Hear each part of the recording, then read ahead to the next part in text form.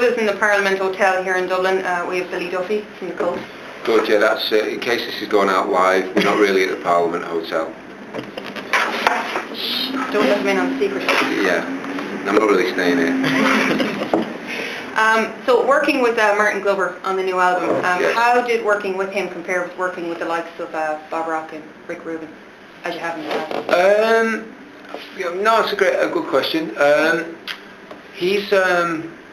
He has quite a laid-back approach, but he's efficient and effective. He doesn't waste a lot of time. He gets to the point.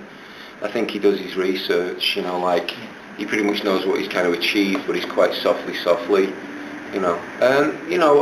All those three guys are multi-platinum selling producers, and they all have very little different approaches. I would say Rick Rubin's probably not so helpful if you're struggling with songs. Like if you don't have your songs together, you have ideas, but they're not completely, believe it or not, people do have to go in studios and make albums when they haven't completely written their songs, because that's when it's suitable. And Rick, I would say, is not great for that. Bob Rock's brilliant at that. He can get a song out of a guitar riff and a melody, and 3 hours later you've written a song. He's a real facilitator because he's a musician and a guitar player, whereas Rick isn't. He's like a phenomenal businessman and a great visionary, but he's not musical at all. And then Martin/Youth is he's musical, as you know, played bass in Killing Joke. He's kind of got the same background as me and Ian, kind of fan of punk that used to learn to play. And he was cool, and it was a very brief session. It was like 2 weeks long. There wasn't a lot of lollygagging. We just kind of got in and got it done. So he was cool. He's good. He has a different approach. He's a bit more laid back, but focused on the job. He was good. I liked his style. He also co-produced Chinese Democracy. Have you heard any of it? Does it exist? I think it's all over the internet, isn't it? I heard a couple. I saw them play live, and I know a couple of guys in the lineup, and it exists. And they were, when I spoke to them, they were mastering it. It's on the internet. There's songs out there. They played some songs live that weren't particularly memorable, but they weren't horrible. I believe it exists, yeah. I think it's just taken on a whole life of its own at this stage. Yes. Is it ever going to appear? Yeah, it probably exists in a parallel universe. Probably, yeah, probably. So every Cult album has had a distinctly different sound. Was that a conscious effort on your part?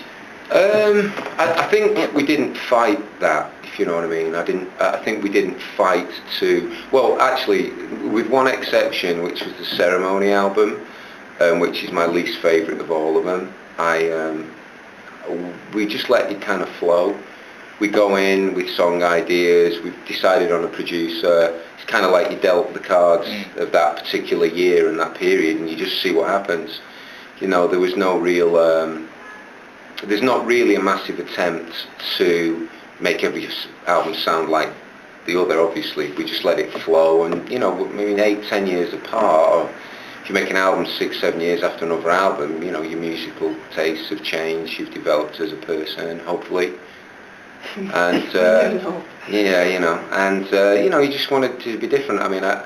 It's always going to fundamentally feature my guitar riffs and Ian singing and melodies and stuff, and the ingredients are the same, but we always throw in a few other factors, and the producer tends to bring a flavour.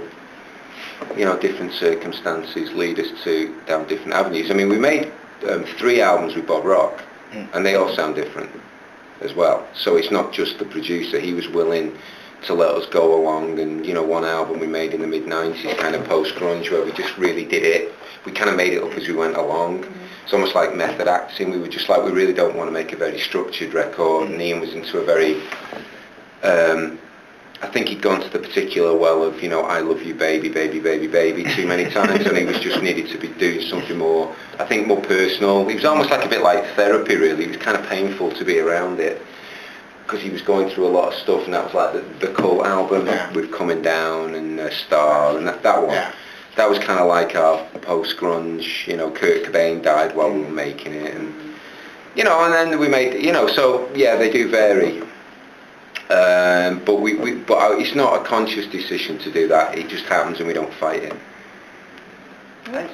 I'm going to jump in there. there. You are involved with Mike Peters from the Alarm in the Love... Not romantically, though. Not romantically, no. Well, we hope not. I think his wife might be annoyed. Yes. How did your involvement in the Love Hope Strength Foundation come about? I just climbed up the Empire State Building the fastest. I just did that one for England. No, But you didn't make Everest, though? No, well, I was on tour with the Call, so I couldn't go anyway.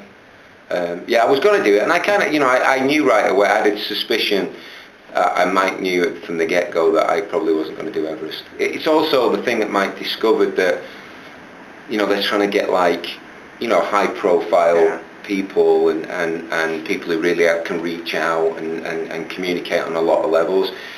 A lot of them don't have 3 weeks to go on an event. They're kind of busy, so the kind of people he wants, it's a bit of a catch-22. You want, sort of A-grade, powerful people who can really, get the message across.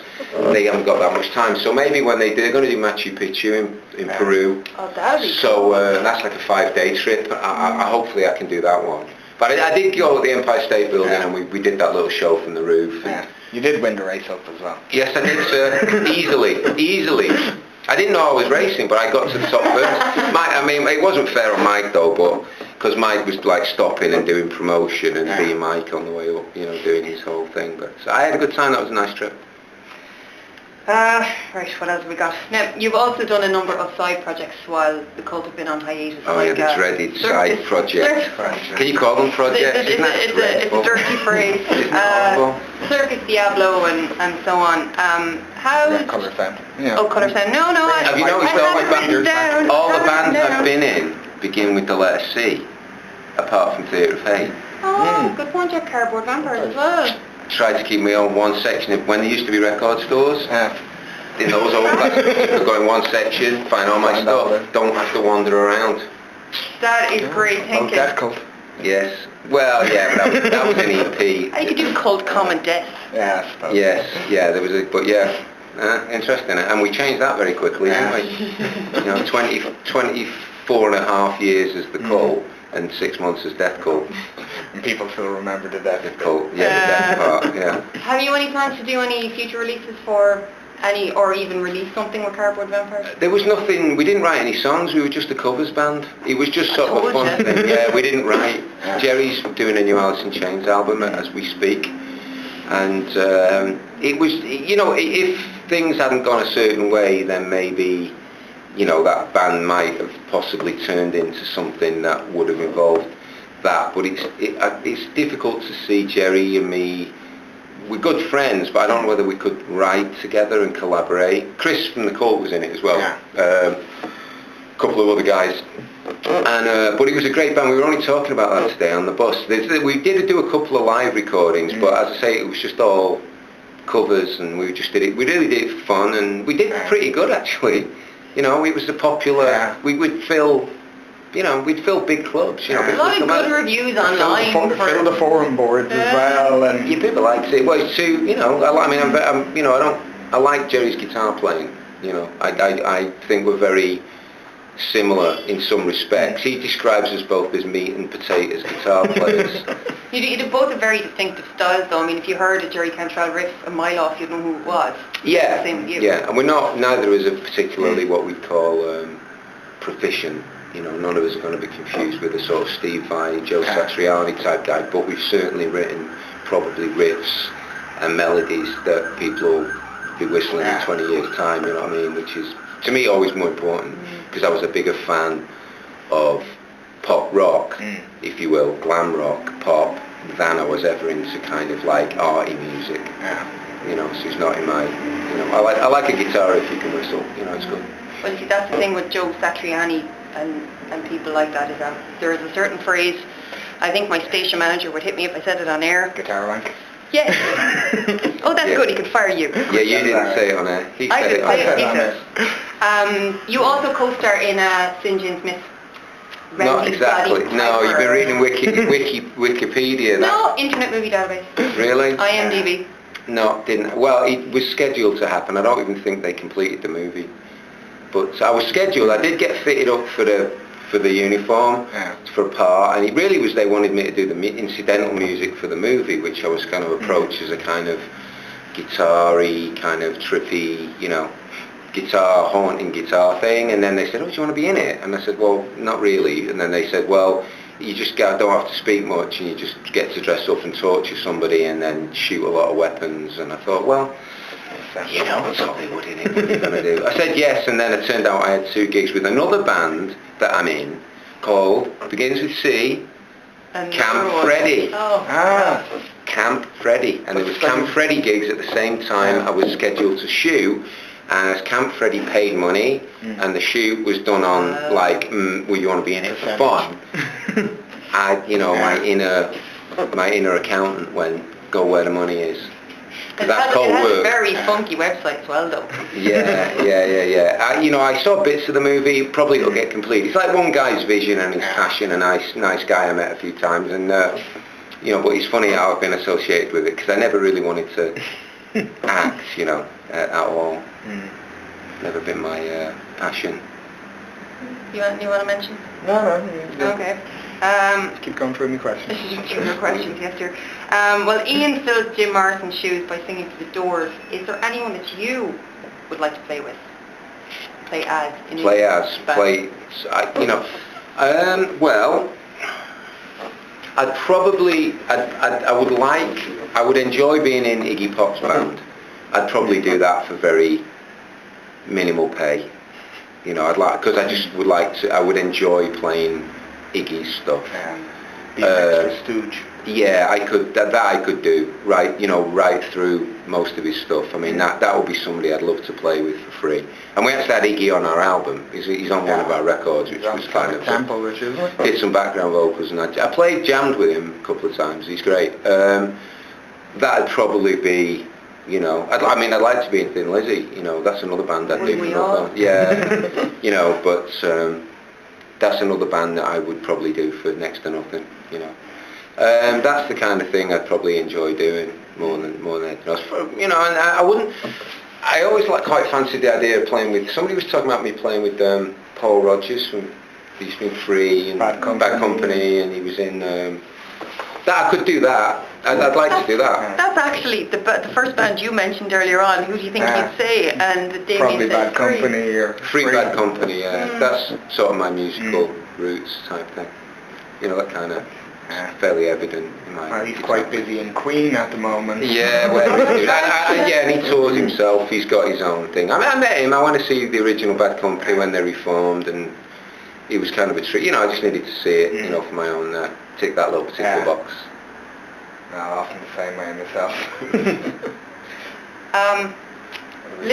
Compile lists of great guitar players. A lot of the time you are left off. Does this tick you off at all? No, because now people are realising, that it's actually that's becoming more and more of a question I get asked lately. And it's I never really became a guitarist to get mentioned to be a great guitar player. I just thought I'd get more girls and make a living, really. Which is good too. Which is, that's pretty true, to be honest. It was that's why I did it. Seemed a better option than what other careers were on offer in the mid to late 70s. And I never really thought about it. And the Cult have never really been one of those bands that's been acknowledged on that kind of level. It's almost like these bands that are just so nauseatingly journo-friendly, it makes you want to throw up.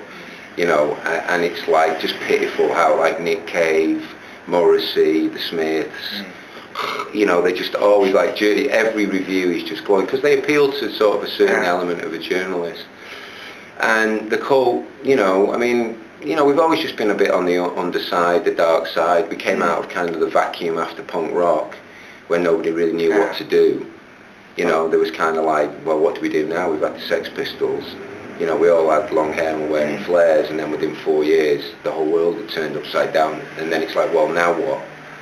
And it was kind of an interesting time, to come out of it and trying to fish around to find out your own identity, do you know what I mean, as a musician, when something as cataclysmic as that had happened.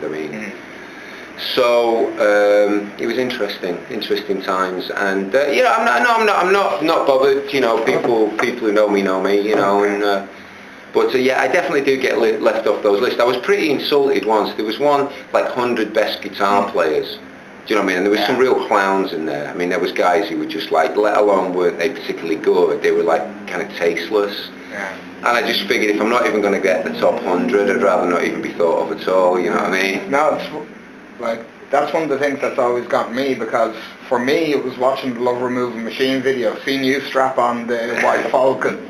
That was me growing my hair long, playing the guitar. You know, it completely altered how I perceived music. You know, both that song and that record. I mean, it meant a lot to a certain generation, that record. There's a certain age group of people who we turned on to kind of straight up rock, you know, basically AC/DC, Highway to Hell, you know, first couple of Zeppelin records, that kind of pure, fairly unadulterated blues rock that hopefully didn't take itself too seriously. And it was cool, you know. I mean, we certainly weren't originators of that. It's just we kind of went there. Yeah, I just with thought Rick you did Rubin's very well. We did it all right, you know. We did it good, you know. Because the thing about me and Asprey is that, you know, we're sort of pretty honest to a fault. You know, we're probably a bit too honest about what we do and how we do it and stuff like that. I mean, I know a lot of musicians and they're a little more guarded than we are. But we've been around so long now that I can't even remember whatever lies I used to tell anyway, so it just gets too tiresome to keep the stories, you know. So does that mean your Wikipedia page is completely wrong? The last time I checked, it was pretty good apart from the St. John Smith reference. It's Wikipedia. So do you take responsibility for the Smiths? For responsibility, I couldn't take that kind of responsibility. But yeah, I mean, I was in a band with Morrissey before the Smiths and Johnny Marr. And you know, he used to come and watch me play and whatnot. And yeah, I'm still friends with Johnny. And you know, I've seen Morrissey. I was supposed to go and meet him recently, and it never kind of came together. But you know, yeah, just it's probably more circumstantial than anything. But it did happen. I did write 10 songs with Morrissey when I was 17, and he was, I think, 18. He's a couple of years older than me. Is he really? Yeah, I think it's a little bit like 9. I think I was 17, he was 19, something like that. Are you still doing judging on Bodog Music's Battle of the Bands? Well, I know. Well, they did. I don't know whether they did another series. You know, or I know they're doing another one because when the Cult were on tour before Christmas in America, we did a couple of months on the road in the States, and I ran into one of the heats. You know, they have actual heats for bands, and you know, if they asked me to do it, I'd love to do it again. You know, so I'd be willing to do it, but I haven't got the phone call. The last one was very last minute. I mean, I got a phone call on a Friday. Do you want to judge in this thing? And it was like, okay, well, get on a plane on Monday and fly to Cleveland in a blizzard, and it's Johnny Rotten, and you know, it's Big Nick. Yeah, Miss Naked, yes. Who we knew anyway, yeah. We were glued to it. We downloaded every single show. We were addicted it to was funny. The only thing I would say is obviously when you do that, you know, my only involvement in it was they flew me in and I watched the thing and judged the bands. I had no idea what they'd gotten up to other than what I'd been told they'd gotten up to in the preceding week. So when I watch one episode, I don't like to look at myself, or you know, I really don't like looking at myself or seeing myself on TV. So I saw a bit of one and got the general idea of it, and you know, it's okay, it was fun, and you know, to be totally truthful, it was very well paid. You know, it was a good job. Work again, that whole work thing, I liked it. And Lydon's great, you know, he was interesting. Oh, he's such a personality. It's great. All of his personalities are great, all of them. He brings it all with them.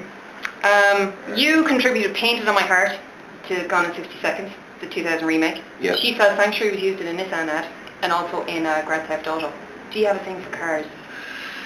I like talking cars. I do. I talk a lot. Me and my brother, we always talk different cars. Cars I'm never going to own. I do buy Car Magazine. I admit to watching with a combination of horror and admiration Top Gear. Oh, I love that show. You know, it's mental. Just how can guys be so nerdy? You know, I mean, Clarkson and all that. It's kind of trippy. Certain type of bloke. They do. Yeah, they use us a lot. I like cars. I do. I like cars, but I'm not in any way a collector. I actually like to see other people in cars. You know, I mean, I don't. You know, me. I pretty boring taste. I've always liked Range Rovers. So pretty much all I've ever had since I could afford to get one was a Range Rover.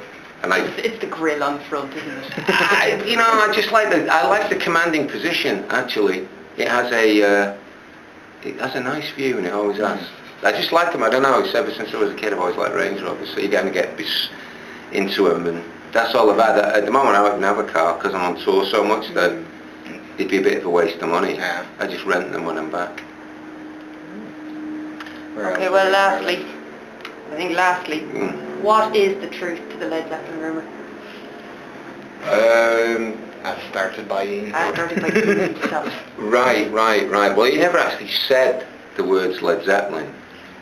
He said the letters L and Z. Yeah, it could be Led Zepp again, the famous Led Zeppelin cover band. Could be Limp Bizkit. You know, we have... Oh, God, if you can't spell and you think biscuit starts with a Z. Yeah. Well, they do spell it with a Z, so... you know. Yeah, but the end. So, yeah, anyway. There was definitely truth to those rumours. But I didn't say anything at the time. I can't really, and I don't particularly want to add to that now. If I ever got asked, I'd do it. That would be fun. But I always think when something as monumentous as that, personally, why would they even need? They wouldn't even need it. I mean, why? We did a whole tour when the Cult got back together, and we didn't have an opening act. So we just played these. I just think it's kind of pointless. Yeah. When you can do a 3-hour show, why not? Yeah, I mean, that's Just what on people your want. own, They got the material and the ability. I mean, as long as it's, the singer's throat holds up. So, I would hate to be in a position where you just kind of... I mean, it was fun. I mean, we did play with The Who in the summer, last summer in Europe, and that was great. And then they've been around more, and it was a little kind of different position than the Led Zeppelin. But, we do. They know who we are. I do have somebody in the band's phone number, and I'm sure they know how to get hold of us. But I don't see him doing it. I wouldn't see him calling a band like the Cult anyway. Personally, that's a personal opinion. I wouldn't believe. And I don't even know if they're going on tour anyway. Yeah. We're keeping our fingers crossed. But just finish on about, for 25 years now, you've been going. You've been making great records, and you've still been able to sell them, and a lot of other bands have kind of fallen by the wayside now, whether it's down to personality sales or anything else. What do you think the secret to the longevity of the Cult is? I think a couple of small periods of doing nothing helps, because I mean, we've been technically together 25 years, but 6 to 7 years of that, I mean, I barely saw him. So, we weren't really active.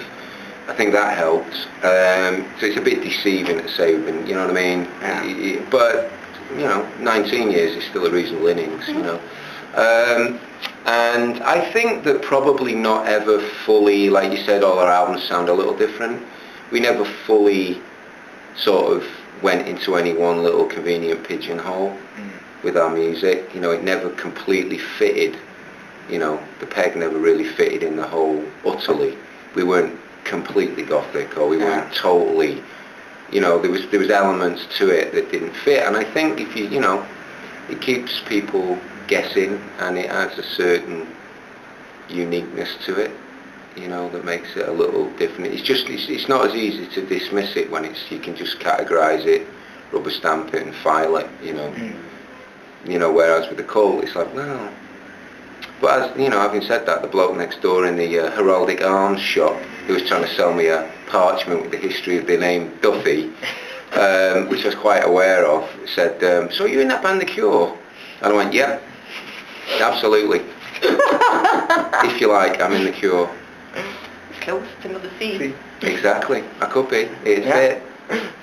Be in the same box in HMV anyway. Yes. Okay, well I think that's just about done, and thanks for talking to us. My pleasure. Alrighty, good on you kids. That was fun. Brilliant.